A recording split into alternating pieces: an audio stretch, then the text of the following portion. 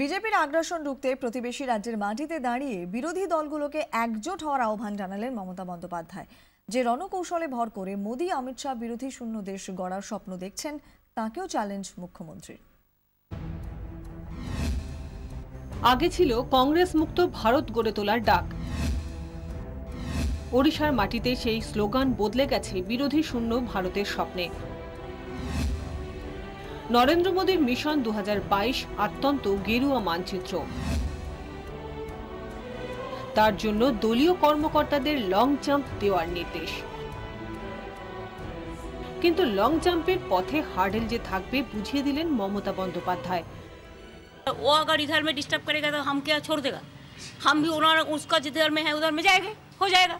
যে রণকৌশলে ভর করে বিজেপি দেশের সব গ্রাম পঞ্চায়েত থেকে সংসদ দখল করতে চাইছে, ওড়িশা সফরে তার কড়া সমালোচনা করেছেন মুখ্যমন্ত্রী।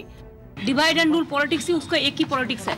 हिंदू मुस्लिम टूटो, मुस्लिम क्रिश्चियन टूटो, बिहारी बंगाली टूटो, उड़िया बंगाली टूटो, बिहारी उड़ीसा टूटो, हर स्टेट का प्रांत में हर आदमी का प्रांत में भाग बंटवारा वो हम नहीं करने देगा। নারদে তৃণমূলের 12 জন নেতামন্ত্রীর বিরুদ্ধে এফআইআর দায়ের করেছে সিবিআই। তাদের তলব প্রক্রিয়াও শুরু হয়ে গেছে। মুখ্যমন্ত্রীর অভিযোগ, পুরোটাই বিজেপির রাজনৈতিক ষড়যন্ত্র। जानबूझ के पॉलिटिकली हमारा साथ ऐसा कर रहा है कि हम उसको बीजेपी का आइडियोलॉजिकली खिलाफ है। মুখ্যমন্ত্রীর এই অভিযোগকে কটাক্ষ করেছেন বিজেপির রাজ্য সভাপতি। সিবিআই কে যদি রাজনীতি চক্রান্ত বলে, হাইকোর্ট সুপ্রিম কোর্টকে যদি রাজনীতি চক্রান্ত বলে, তার উপরে বলার কি আছে? মানুষ যখন ফেঁসে যায় তখন সব জায়গায় তার অবিশ্বাস দেখা যায়। এমন পরিস্থিতিতে গেরুয়া আগ্রাসনের লং জাম্প রুখতে বিরোধী দলগুলিকে ঐক্যবদ্ধ হওয়ার বার্তা দিয়েছেন মুখ্যমন্ত্রী। ओए दिल्ली वालों, दिल्ली को नहीं समझ सकता है तो सारा देश में भर के ये खराब वो खराब, उड़ीसा खराब, बंगाल खराब, all regional party must work together for the federalism.